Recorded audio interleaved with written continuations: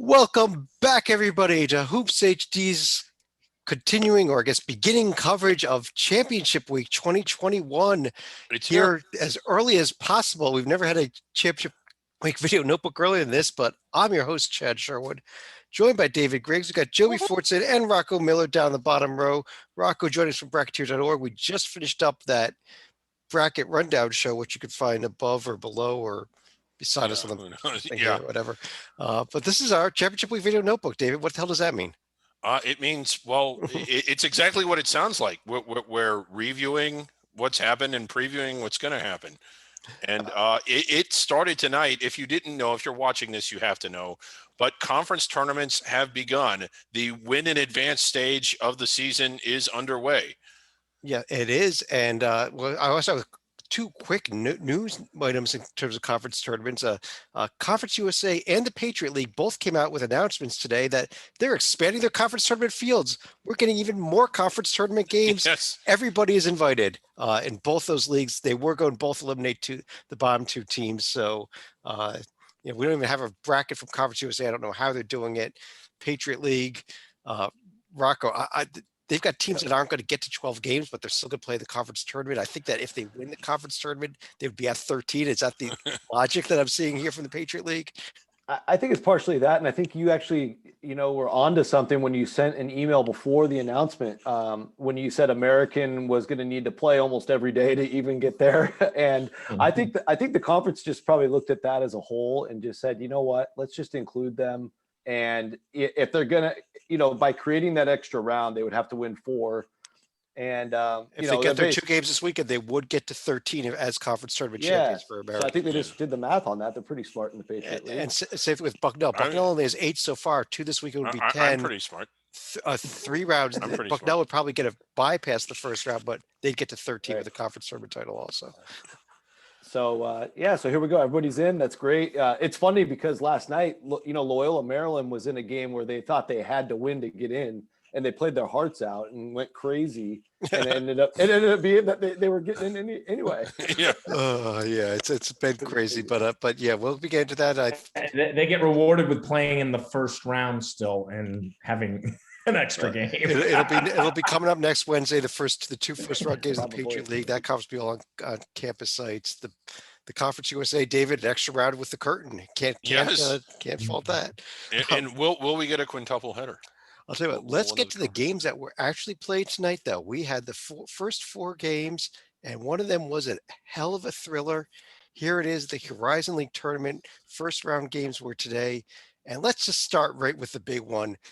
Fort Wayne at Green Bay, double overtime, featuring a Pipkins 3-pointer off the glass and through at the end of the first overtime to tie the game.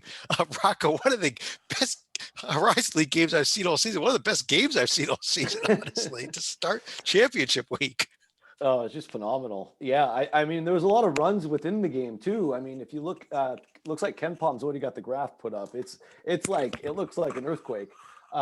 There was so many runs in this game. There was times in the second half where it looked like Green Bay was going to run away, and Purdue Fort Wayne just kept fighting back. Pipkins took a ton of shots. He took 22 shots, only scored 21 points, but that basket changed everything. And you saw what happened in the second overtime. The momentum went all the way over to the Mastodons. And so they pull off the big upset. And thank you for correcting me. They're going to head to Cleveland now because the reseeding format. Yep. And the other 3 games, David, for some reason, you thought Robert Morris was going to beat Detroit Mercy. I told you that you were crazy for predicting that. Yeah. Gee, I have a different. I mean, I might be blackout drunk, but I'm pretty sure that I don't recall that happening. It was the 3rd consecutive game the 2 teams had played each other, but Detroit Mercy took the lead and kind of held on. They actually, I think Bobby Moe actually got an early lead, but then Detroit Mercy took over and held them at arm's length the rest of the way. Yeah. So no issues there for Detroit moving on to the quarters where they'll face Northern Kentucky, who's seeded 4th, but probably maybe a little bit better than that. That should be a fun game. How about, and then Youngstown State, no trouble with UIC. UIC just plagued with a lot of COVID issues, and well, not that, I mean, everybody has too, but Youngstown, a little bit of a disappointment. I think they were someone that we thought could be in the mix. I remember in the preseason talking about them as perhaps challenging for first place, but I still think they have a high ceiling. And Oakland, while good, better watch out. That game on the blacktop, I think. Yes, it is on the blacktop on Tuesday. The other game, 8-9 game, Joby, normally thinking 8-9 games is going to be a good game. Last night I said I did not think it would be, and it really wasn't. Milwaukee just kind of rolled over. Yeah, Milwaukee's a solid, Milwaukee's a solid program. IUPI will be in the NCAA tournament, or at least their arena will. So Their arena will, yes. Indiana Farmers Coliseum there, right? But Joby, how about this moving forward here? We have a few days off. It doesn't come back and play until Tuesday, but 3 out of 4 teams won at home. Do you think we could have 4 home teams win in the next round? Could, Youngstown State, you mentioned, as a potential, and the reseed lends itself to that because maybe had, Fort Wayne been a sacrificial lamb, because I think they are against Cleveland State. Yeah. Well, Fort Wayne beat Cleveland State last weekend. Yeah, they did. Yeah, and that's one of the reasons why I feel pretty confident in Cleveland State, to be very honest, is because it's, it prevents the having to beat a team 3 times. It's a shame to me. It's a shame to me that Milwaukee, who I think does have some potential here, Wright State, in my opinion, is even though they're the 2 seed, they're my favorites in this. And so that Wright State Milwaukee game is going to be, I think, an interesting game. Wright State should pull it out, but I think you're going to see the highest quality level of basketball in that particular game. Though Detroit Mercy's playing extremely well. They started the season off slow, and they have come on. So, Northern Kentucky, Detroit Mercy, that was a good call out, because that could as well be a very fun, entertaining game. Yeah, well, Detroit Mercy actually finished in 3rd place in the standings under anybody's reasonable reading of the standings, except the way the Horizon League reads it and puts them down in 5th. But Rocco, do you think Wright State? I know Dave and I both last night thought Wright State was going to win this as well. Are you with us with Wright State? Yeah, if I have to pick a team, it's them. They're you do have to pick a team. Yeah, you have to pick a team. You got to take Wright State. I mean, they're the powerhouse. They've got, they've got Power 6 talent on their team. They've got guys that are desperate to get back to the NCAA tournament. They're going to be hungry. It's going to be a little bit probably too big of a buzzsaw for Wright State. So yeah, that's my pick. I also think it's interesting. It's actually round 5 now between Cleveland State and Fort Wayne. They played all 4 times in Fort Wayne. So Cleveland's like, finally, we get to play them at home. And then you got Detroit Mercy. I think you got to call out Antoine Davis and his unbelievable 46 points tonight. Shout out to him. It could be a really cool ride if he gets to the final against Wright State. That would just be all, everybody's got to watch that game if that happens. Yeah, absolutely. Yeah, a little bit of history here, Chet. Fort Wayne has never lost a Horizon League tournament game ever. Okay, you know what? Robert Morris lost their first ever Horizon League tournament game tonight. They had never lost one either. Well, they had never won one. Like, Fort Wayne's won every game they've played. Okay, let's. There are actually no conference tournament games coming up on Friday, but so we're not going to be doing a show Friday. So we want to take a few minutes here to preview the Saturday games, so you can, because nothing's going to change tomorrow, that unless one of these games gets canceled, which hopefully doesn't happen. But right. Saturday is opening round day in the America East. This look at this thing that is claims to be a conference tournament bracket. What we've got is two pods coming up this weekend. One hosted by New Hampshire, where they have a bye and they'll play the winner of Lowell Stony Brook. The other one hosted by Hartford, where Hartford will play Binghamton, Albany will play NJIT. Then the 2 winners will play on Sunday. Then we reseed and go to the following weekend for semifinals. And then in this 15-day event, the following Saturday after that for the championship. So let's start. Rocco, let me start with the first question. The 3 games tomorrow, do you see any upsets, at least according to the seeding? Well, I think Binghamton's the hottest team in the conference. Believe it or not, they swept NJIT last week, and it came out of nowhere, and they won both games by double digits. Just totally blew me away. And Hartford's been sitting around. They're probably excited to host. But I just say, hey, why not Binghamton? Let's see if they can keep it going tomorrow. Or sorry, Saturday. Let's go. Yeah, Saturday. And Stony Brook was a team that we liked earlier in the season. Really fell apart late. I think they're better than Lowell, though. I think they win that 6-7 game. I agree with that. But let me ask the other question here, Joby. Let me start with you. Who wins this entire event, which we're not going to know for 2.5 weeks? Right. Yeah, I do think the gap between even third place by receiving New Hampshire and the top two is dramatic. Does Vermont get their long-awaited revenge? They got it last year. Actually, they got it last year against UMBC because UMBC didn't produce at the same level they did in 2018. But Vermont, whenever I look at the America East, I've got to, my fallback is Vermont, even though they're the 2 seed. Both teams were equal. If you look at the regular season, this is just you could have tossed it in a hat on who would have been the 1 seed, this year. I'll go with Vermont. Yeah, I mean, the championship game will be in Baltimore, so we got to remember that it is a campus site championship. But David, you with Joby on Vermont? No, I'm going with UMBC. I've been big on Vermont all year. I've kind of, maybe it's just because they've let us down a little bit, and I know they finished second, and I know that a lot of it was COVID related, but I've just been impressed with UMBC most of the year. I thought Vermont would sweep them when they met just a week ago. They didn't. I think UMBC can get it done at home in this AC8 looking type of bracket. Rocco, how about you? I'll agree with David, actually. And, I know Vermont's the more talented team and obviously better metrics, but I was really impressed with UMBC on their home floor. And this assumes they can beat Binghamton, by the way. Assuming they get past Binghamton, they will, the way they asserted themselves. I watched that second Vermont game. So maybe a little lucky that I saw that, but they just look like they went to another gear. They're so well coached. Ryan Odom just won the coach of the year. They gave out all their awards today. I think they've got the goods to do it again in the final.